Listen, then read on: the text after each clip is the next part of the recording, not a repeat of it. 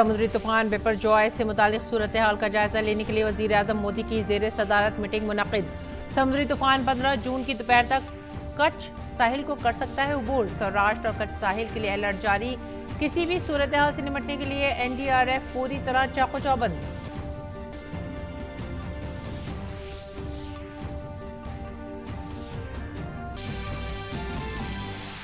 उत्तर प्रदेश के वाराणसी में G20 group के तरक्याती वज़रा की मीटिंग से वजीर आजम मोदी ने वीडियो पैगाम के जरिए किया खिताब। कहा, ग्लोबल साउथ ममालिक के लिए तरक्की है अहम 3 एजेंडे में शामिल। मीटिंग में किए गए फैसले इंसानी इक़दार के लिए अहमियत के हैं हामिल। वज़ीर ख़ारजा एस जयशंकर ने मीटिंग में पायदार तरक्की अहदाफ को मुकम्मल करने के लिए ग्लोबल गवर्नेंस में इस्लाहात पर दिया जोर।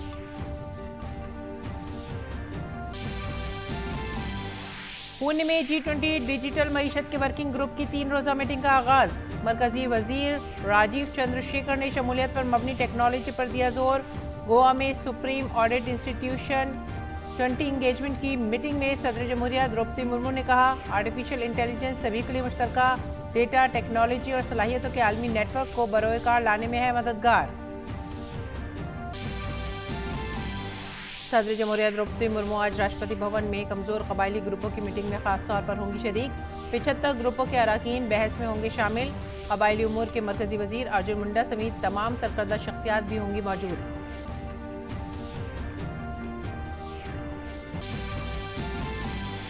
बीजेपी के कौमी सदर JP नड्डा आज हिमाचल प्रदेश के दौरे पर। नूरपुर में एक जलसा आम से किया खिताब। कहा, बीजेपी तनहा पार्टी है जो अपने नजरियात पर करती रही है अमल। बाकी तमाम सियासी जमातें नजरियाती तौर पर हैं सिफर।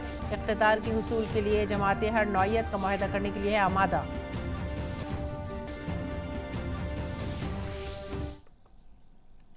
आदाब नाज़रीन, उर्दू खबरों में आप सभी का खैर मकदम है। नजर डालते हैं इस वक्त की खास खबरों की तफसीलात पर। वजीर आजम नरेंद्र मोदी ने समुद्री तूफान बिपरजॉय की सूरत हाल पर एक जायजा मीटिंग की। मीटिंग में मरकजी वजीर दाखिला अमित शाह, वजीर आजम के प्रिंसिपल सेक्रेटरी PK मिश्रा समेत कई आला हुक्काम मौजूद थे।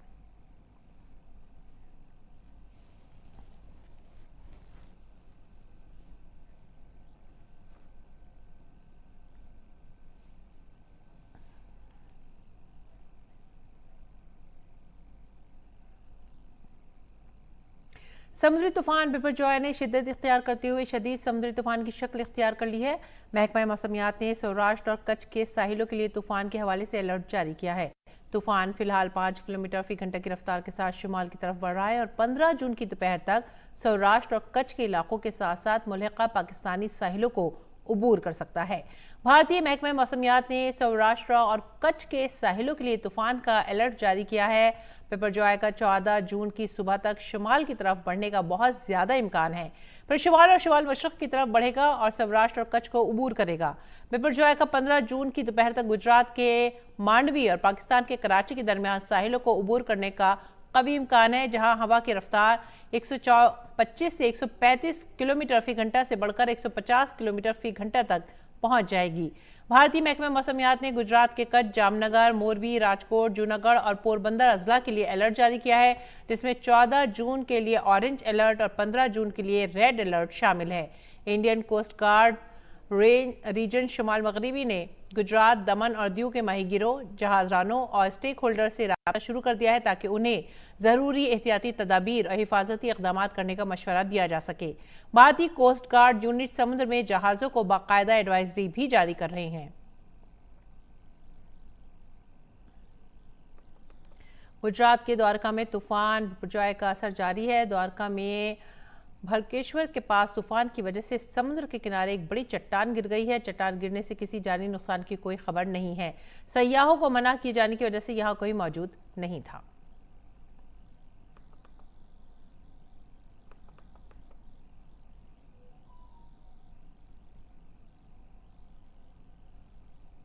समुद्री तूफान बिपरजॉय के चैलेंजों से निपटने के लिए गुजरात और मरकजी हुकूमत ने कई एहतियाती इक़दाम किए हैं। आज कच्छ में NDRF और मकामी इंतजामिया ने इस तूफान से निपटने के लिए मीटिंग भी की।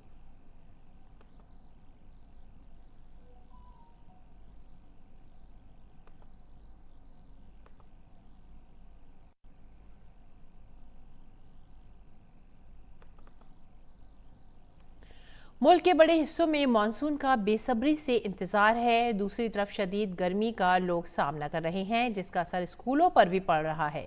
मध्य प्रदेश, बिहार और झारखंड में अभी स्कूल ना खोलने का फैसला किया गया है। मध्य प्रदेश के इंदौर में 19 जून से पहले स्कूल नहीं खुलेंगे। इंदौर में स्कूल खुलने की तारीख 12 जून से तय की गई थी, लेकिन कलेक्टर ने अब ताज़ा हुक्मनामे में 19 जून की तारीख मुकर्रर की है। काबिल जिक्र है कि फैसला मध्य प्रदेश के शहरों में जारी चिलचिलाती गर्मी के पेश नजर लिया गया है। और आगे बढ़ते हैं अगली खबर की तरफ। आगे बढ़ते हैं। भारतीय महकमा मौसमियात के साइंसदानों ने बताया कि आने वाले 5 दिनों में आंध्र प्रदेश, बिहार, झारखंड, उड़ीसा, छत्तीसगढ़ और मगरबी बंगाल में शदीद गर्मी की लहर के लिए अलर्ट जारी किया गया है। पंजाब, हरियाणा और दिल्ली को गर्मी की लहर से अब राहत मिलेगी।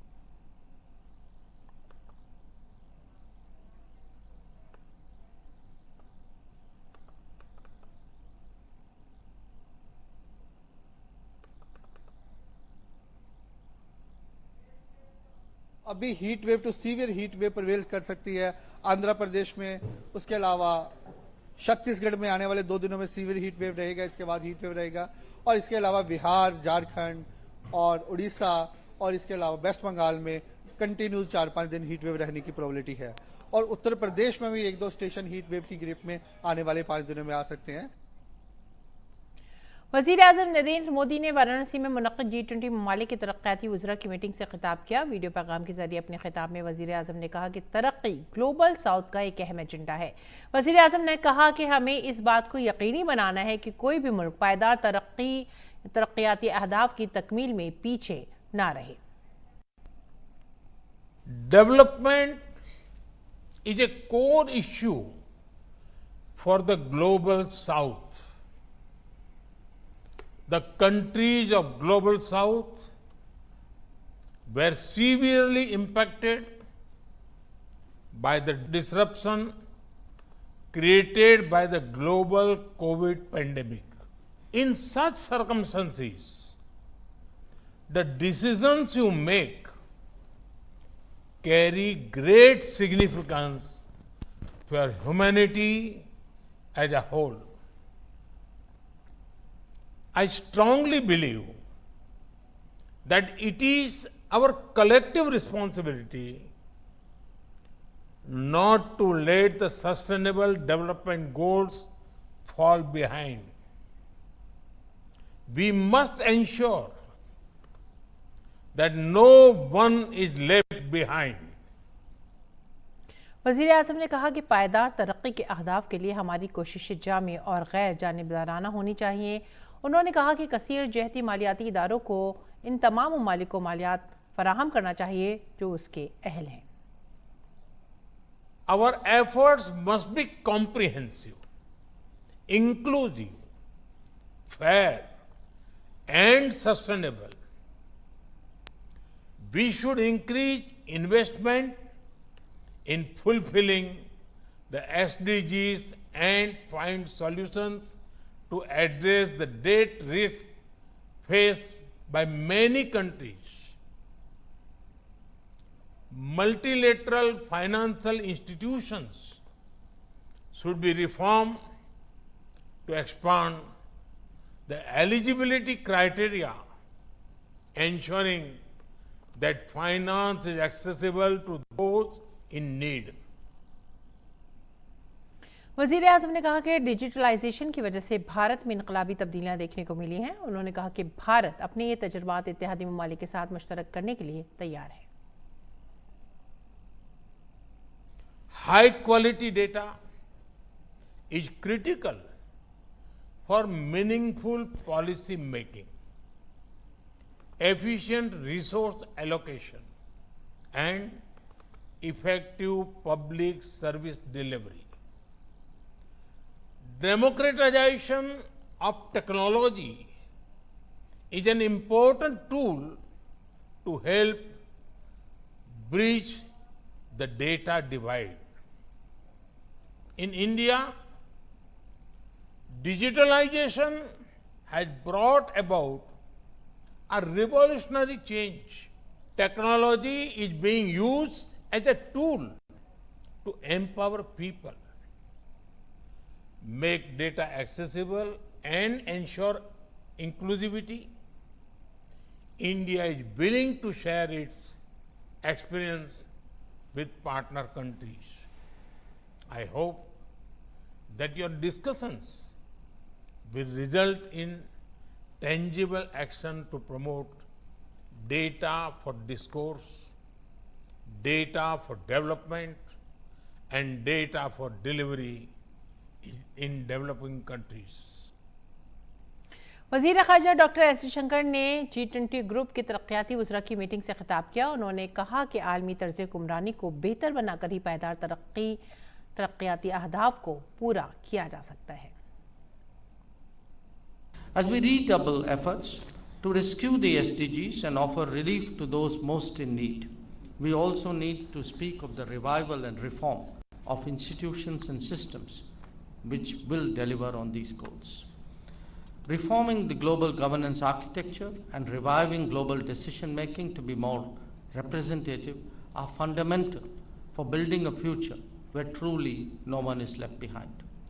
Such efforts will facilitate development models wherein no region, no country, and no individual will be left behind.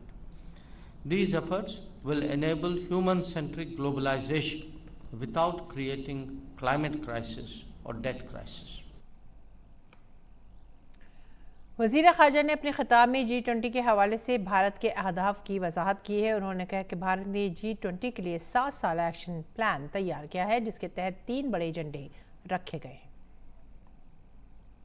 India has put forward an ambitious 7-year action plan for accelerating progress on SDGs, which present a coordinated, integrated, and inclusive roadmap for G20 actions.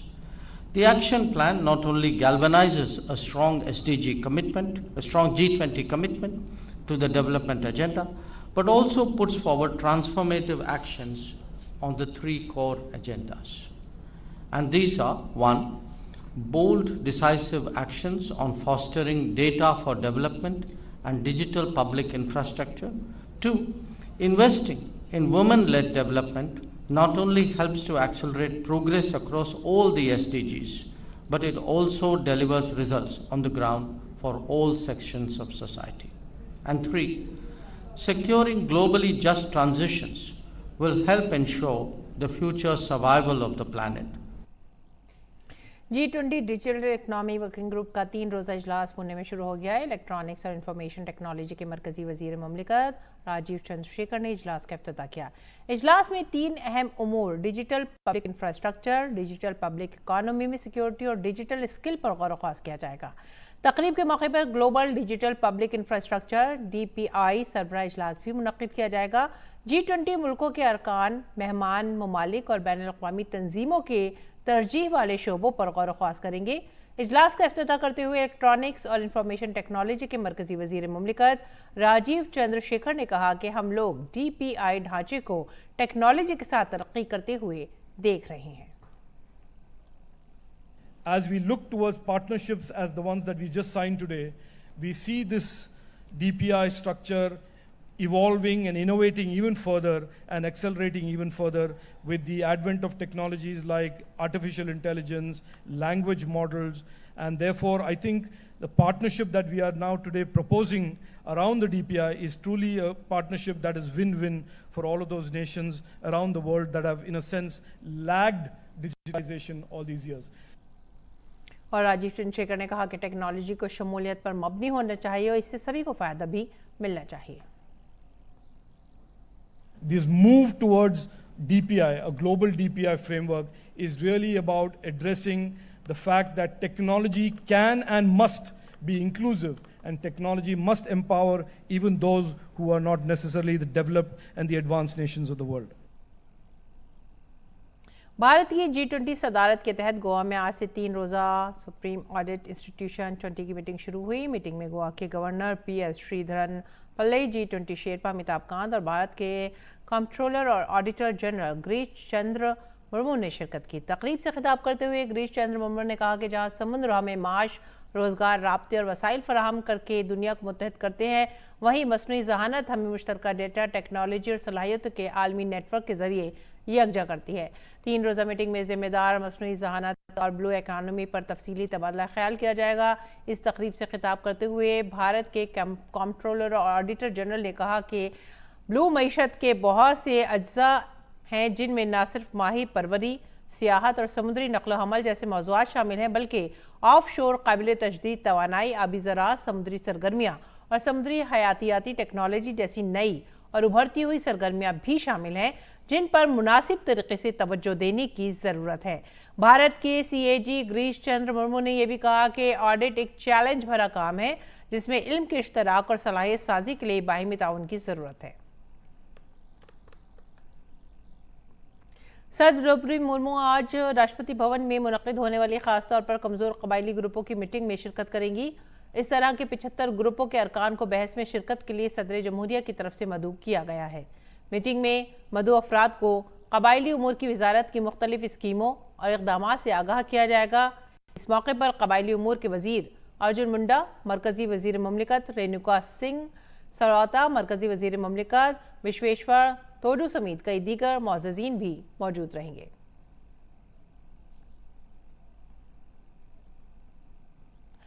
Bharat और मुत्तहदा अरब अमीरात ने मुश्तरका committee की meeting के दौरान ज़ेर बहस जामी इक़्तिसादी शराकत दारी के एक मुआहदे पर दस्तखत किए और दस्तावेज़ात का तबादला किया। इस मौके पर वज़ीर तिजारत पीयूष गोयल और मुत्तहदा अरब इमारात के अमूर ख़ारजा और तिजारत के वज़ीर ममलिकत डॉक्टर सानी बिन अहमद अल यूदी मौजूद थे। एक मुश्तरका प्रेस कॉन्फ्रेंस से खिताब करते हुए मरकज़ी वज़ीर तिजारत पीयूष गोयल ने कहा कि दोनों ममालिक ने 2030 तक गैर पेट्रोलियम अशिया की तिजारत को $100 बिलियन तक ले जाने का हदफ मुकर्रर किया है।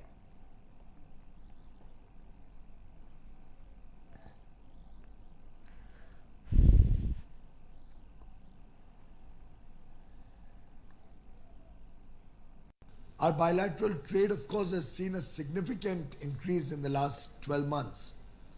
But a lot of it also had an element of petroleum imports and exports on both sides.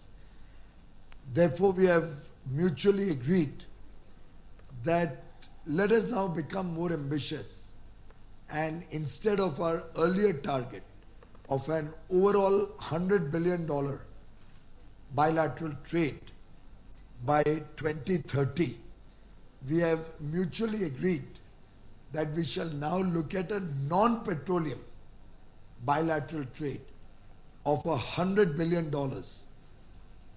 by 2030, which means doubling our non-petroleum trade from 48 billion today to 100 billion in the next 7 years. मरकजी वजीर सखावत अर्जुन राम मेघवाल ने मोदी हुकूमत के 9 साल मुकम्मल होने पर press conference से खिताब किया ताकि वजारत सखावत के काम को आवाम तक पहुंचाया जा सके। उन्होंने कहा कि पहले मुल्क में मूर्तियां चोरी होने के बाद बैरून मुल्क चली जाती थीं। साबिका हुकूमत ने उन्हें लाने के लिए कोई इकदाम नहीं किया, लेकिन हमारी हुकूमत ने इन मामलात में सख्त तरीन कार्रवाई की और बहुत सी मूर्तियां वापस लाई गई हैं। संस्कृति मंत्रालय के द्वारा आपको लगता है कि ये जो मूर्तियां चोरी हो जाती थी, ये तस्करी के लोग तस्कर कितने होते थे और हमारी संस्कृति को नष्ट करते थे, हम कोई बहुत बड़ा उसमें पैरवी नहीं करते थे, हल्की पैरवी करके छोड़ देते थे। तो आप आंकड़ा देखेंगे तो चकित रह जाएंगे। 2014 से पहले खाली चोरी गई 13 मूर्तियां वापिस आई, 13, और 14 के बाद कितनी आई? 231। You just see the speed and scale. यही नरेंद्र मोदी जी के 9 साल के कालखंड के हर योजना में यही है, उन्होंने स्केल भी बढ़ाया और स्पीड भी बढ़ाई।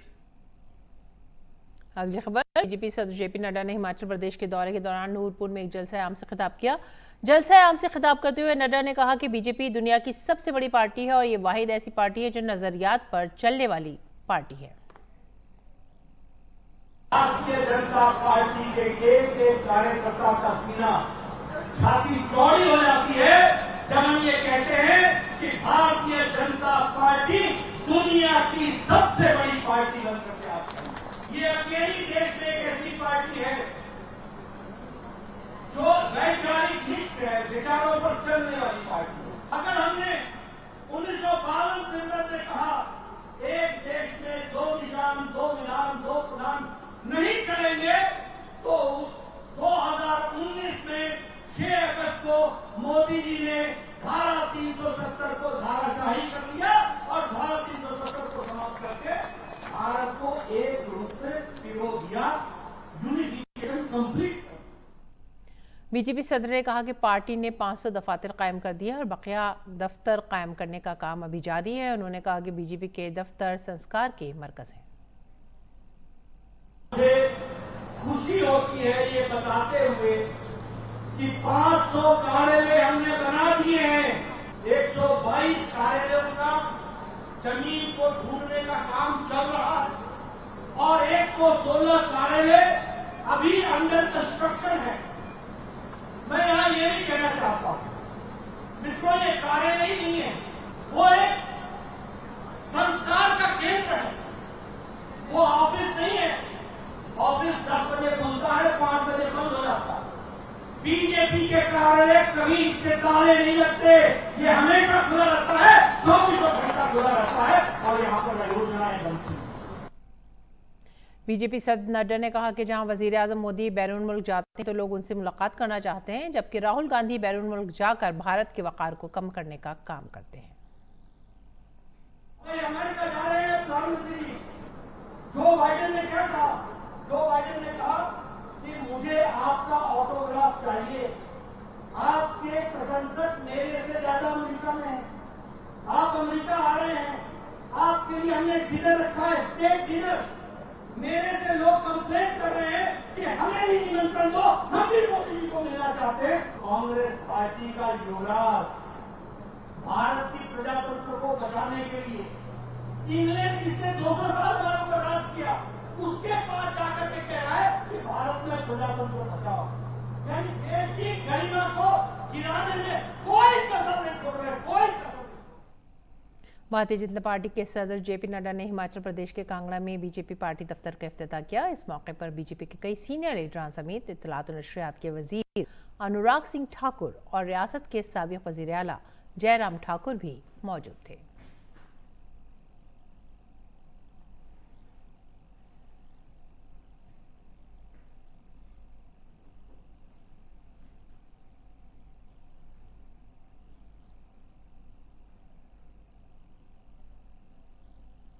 मरकजी वजीर अनुराग सिंह ठाकुर ने हिमाचल प्रदेश के नूरपुर में एक जलसा आम से खिताब किया। जलसा आम से खिताब करते हुए मरकजी वजीर अनुराग सिंह ठाकुर ने अपोजिशन को निशाना बनाते हुए कहा कि साबिका हुकूमत बदउनवानी की हुकूमत थी जो पैसे और जमीन के बदले नौकरियां देती थी। कर्मचारी की नौकरी चाहिए तो 4 लाख दे दो, क्लर्क की नौकरी चाहिए तो 5 लाख दे दो। ये ममता दीदी से लेकर लालू जी तक यही है। यहां नकद के बदले नौकरी, कैश फॉर जॉब, तो दूसरी ओर लैंड फॉर जॉब, जमीन के बदले जॉब। ये लालू जी के जमाने में वहां पर होता है। ये सरकारें ऐसी है जहां पर भ्रष्टाचार उनके ऊपर चिपका हुआ। और अब रुख करते हैं खेल के मैदान का। भारत ने FIH प्रो लीग के अपने आखिरी मैच में अर्जेंटीना को 2-1 के फर्क से शिकस्त दे दी है। इस दिलचस्प मुकाबले में भारत के लिए आकाशदीप सिंह ने दूसरे और सुखजीत सिंह ने 14वें मिनट में फील्ड गोल किए। वहीं अर्जेंटीना के लिए वाहिद गोल लुकास टोक्सा ने 58वें मिनट में किया। भारत इस जीत के साथ 30 पॉइंट के साथ पॉइंट टेबल में अब सबसे आगे है। भारतीय टीम पीर को 4 मुल्कों के इंटरकॉन्टिनेंटल कप फुटबॉल में वनातू के खिलाफ मुकाबला खेलेगी, लेकिन टीम की नजरें इस टूर्नामेंट के फाइनल में जगह बनाने पर रहेंगी। काबिल जिक्र है कि भारत ने जुमे को अपने पहले मैच में मंगोलिया को 2-0 से शिकस्त दी थी। वहीं वानातवा को लेबनान से 1-3 से शिकस्त मिली थी। अगर भारतीय टीम ये मैच जीत लेती है तो फाइनल में जगह बना लेगी। फाइनल में पहुंचने वाली दीगर टीमों में लेबनान को भी सफलता हासिल है। दिन के पहले मैच में लेबनान का मुकाबला मंगोलिया से होगा।